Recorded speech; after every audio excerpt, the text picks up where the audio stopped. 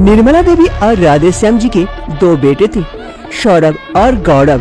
गौरव की शादी पहले माला के साथ हो चुकी थी। आज सौरभ की शादी होने वाली थी गीता के साथ। इस शादी से सभी कोई काफी खुश थे, सौरभ और गीता भी। आज गीता की पहली रसोई थी। वो रसोई में खूब सारे व्यंजन बना रही थी। तभी वहाँ पर गीता की सास और जेठानी पहुँचती है किचन। अरे छोटी बहू क्या बना रही हो? इतने अच्छे सुगंध बाहर तक जा रहे हैं। सुगंध सुन के और रहा नहीं क्या? भूख बढ़ गई है, अब जल्दी से खाना भी लगा दो। हाँ माँ जी, बस हो ही गया, कुछ समय में मैं लगाती हूँ, आप लोग जाके बैठिए, मैं लेके आती हूँ। अरे माला बहू, देख छोटी बहू कितनी संस्कारी और सीखी हुई है, कितने सारे व्यंजन बना रही है, वो भी स्वादिष्ट। और तू तो दिन भर मोबाइल में पड़ी रहती है, खाना तक ठीक से बनाने नहीं आता। चल आज स्वादिष्ट खाना खाने मिलेगा। ये कहते हुए सास वहाँ से चली जाती है और इधर माला मन ही मन सोचती है, अरे जब से गीता आई है माँ जी तो इसका नाम किए जा रही है, मुझे कुछ करना होगा वरना सारी वाह यही लूट लेगी और मुझे यहाँ बुरा बना देगी। डाइनिंग टेबल पर सभी कोई बैठे हुए थे और इधर गीता खाना सर्व कर दी थी। सभी कोई देखकर काफी खुश हुए थे। अरे वाह बहू, आज कितने दिनों बाद इतने सारे व्यंजन देख रहा हूँ खाने में, वरना हर रोज तो सिर्फ दाल भाती मिलती थी। अरे और क्या करे, बड़ी बहू को कुछ बनाने आएगा तब तो वो बना के खिलाएगी। देखो हमारी छोटी बहू कितना सारा व्यंजन बनाई है खाने के लिए और सुगंध इतने स्वादिष्ट आ रहे, खाने का टेस्ट कैसा होगा सोचो। जल्दी खाओ, खा के बताओ कैसा खाना हुआ है। अरे गीता, बहुत स्वादिष्ट खाना है, मजा आ गया खाकर। अरे हाँ बेटा, बड़ा ही स्वादिष्ट खाना है। सभी कोई खाना टेस्ट कर रहे थे और गीता की तारीफ कर रहे थे। ये सारी बातें ऊपर सीढ़ियों पर से माला सुन रही थी और गीता पर काफी चिढ़ रही थी। अरे ऐसे कैसे चलेगा, गीता एक ही दिन आई है और सबका दिल जीत ली और मैं इतने दिनों से हूँ, लेकिन मेरी तारीफ कोई नहीं करता है।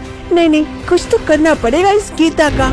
ऐसी दूसरी रोज गीता किचन में थी, तभी उसकी जेठानी पहुँचती है। अरे गीता, अभी तक नहीं हुआ है, बड़ी भूख लगी है, पेट में चूहे कूद रहे हैं। अरे हाँ दीदी, हो गया है, देखिए हम दोनों का खाना मैं निकाल ली हूँ, मैं हाथ धोने जा रही हूँ, आप ये दोनों खाना लेके वहाँ आइए। चल ठीक है, तू जा, मैं लेके आती हूँ। फिर गीता वहाँ से चली जाती है और इधर माला, तुम गीता बहुत चालाकी कर रही हो, सबका दिल जीत ली हो ना, मैं दिखाती हूँ मजा।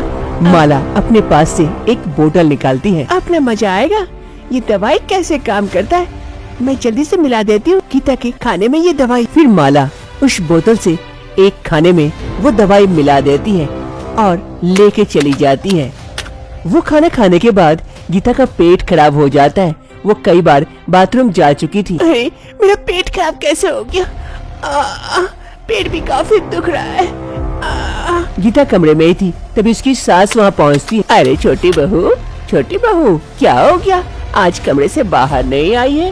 अरे माँ जी, अब क्या बताऊँ आपको, मेरा पेट खराब हो गया, कुछ भी उल्टा पुल्टा नहीं खाई हूँ, तब भी न जाने क्यों 7-8 बार बाथरूम जा चुकी हूँ, काफी कमजोरी लग रही है। अरे ये क्या, तो बोलना चाहिए था, मैं दवाई मंगा देती। अभी मैं बोलती हूँ किसी को दवाई लाने के लिए, तू बैठ जा, कहीं जाने की कोई आवश्यकता नहीं है, तू आज रेस्ट कर, बाकी मैं देख लूंगी। गीता की सास गीता का खूब ख्याल रखती है और ये सारी बातें पर्दे के पीछे से माला सुन रही होती है। उसे काफी गुस्सा आता है। अरे सासू माँ, कब तक रखोगे उसका ख्याल, मैं भी देखती हूँ, मैं भी किसी से कम नहीं हूँ। ऐसे ही अब माला हर रोज यही काम करती है, गीता को देखती है जब वो किचन में नहीं होती है, उसके खाने में ऐसे ही दवा मिला देती है जिससे गीता का पेट खराब हो जाए। अरे सासू माँ, कब तक करोगी तुम गीता से प्यार, कभी न कभी तो उसे नफरत करने लगोगी। एक रोज सौरभ और गीता दोनों एक पार्टी में आते हैं। पार्टी में सौरभ के कुछ दोस्त गीता और सौरभ को डांस के लिए प्रेरित करते हैं और स्टेज पर ले जाते हैं।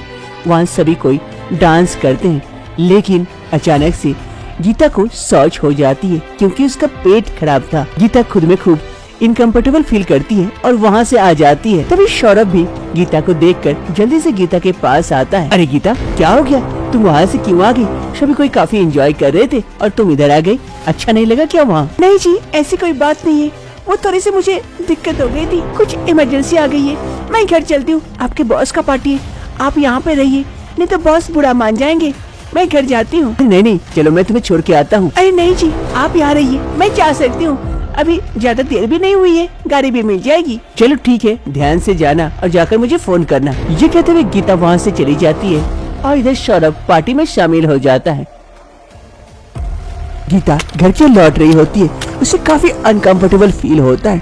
तभी रास्ते में उसे एक फार्मेसी की दुकान दिखती है। अरे ये फार्मेसी की दुकान अभी खुली हुई है, क्या करूँ, कोई दवाई ले लूँ क्या? दवाई से तो काम नहीं हो रही है, तो मैं क्या करूँ?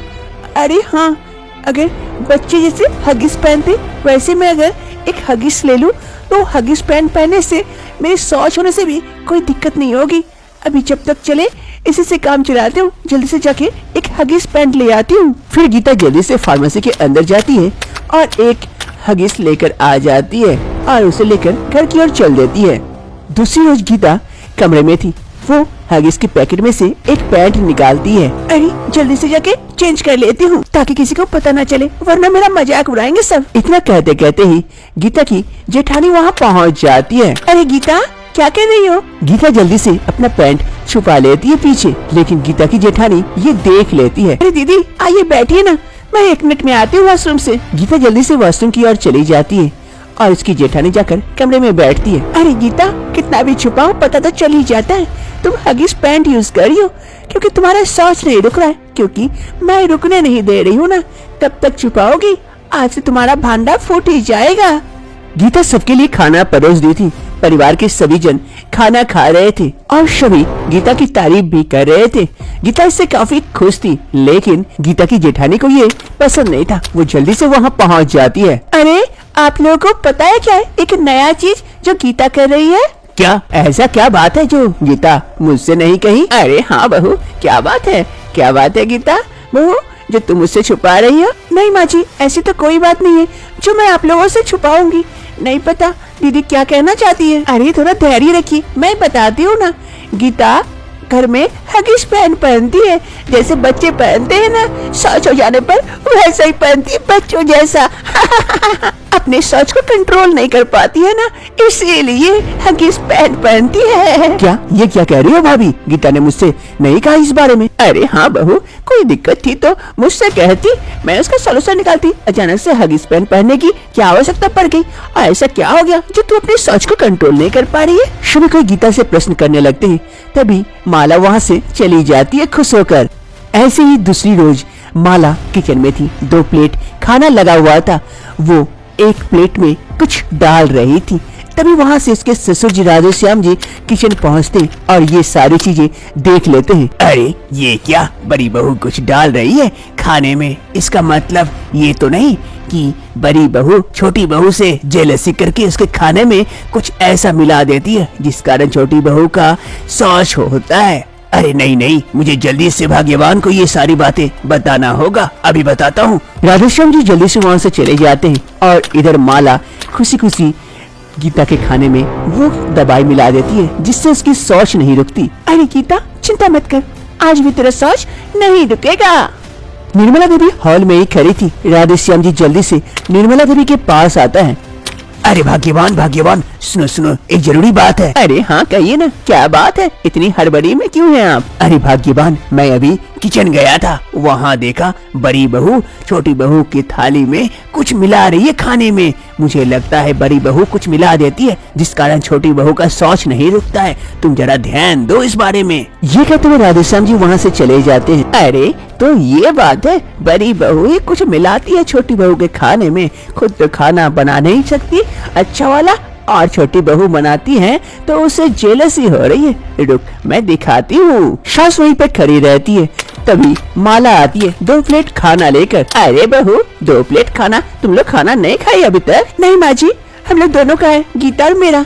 ओह अच्छा है, लाओ मैं रख देती हूँ। ध्यान से माँ जी, इधर वाला गीता का है और ये वाला मेरा, मिक्स नहीं कीजिएगा, मुझे ज्यादा तीखा खाने की आदत है ना, इसीलिए उसमें तीखा नहीं है। आप रखिए, तब तक मैं गीता को बुला के लेके आती हूँ। फिर माला अपनी सास को खाना देकर चली जाती है गीता को बुलाने के लिए। अरे आज ही पता चल जाएगा बड़ी बहू क्या चाल खेलती है, मैं खाना बदल देती हूँ।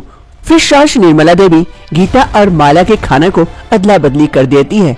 दूसरी रोज सुबह होते ही वो दवाई असर दिखाना शुरू कर देता है। सुबह से माला 5-6 बार शौच जा चुकी थी। अरे मेरे पेट में इतना दर्द क्यों हो रहा है, और आज सुबह से मेरी शौच कितनी बार क्यों हो रही है। मेरी हालत खराब हो गई।